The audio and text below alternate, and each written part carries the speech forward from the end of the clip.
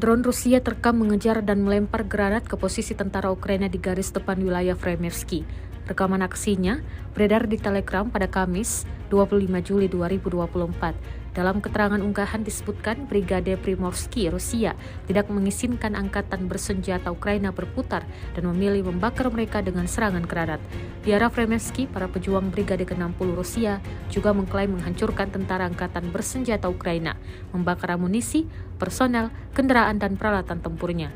Drone kami menghantam musuh dengan tetesan yang tepat sehingga dia kehilangan sebagian amunisinya. Pembebasan tanah Rusia terus berlanjut, klaim militer Vladimir Putin.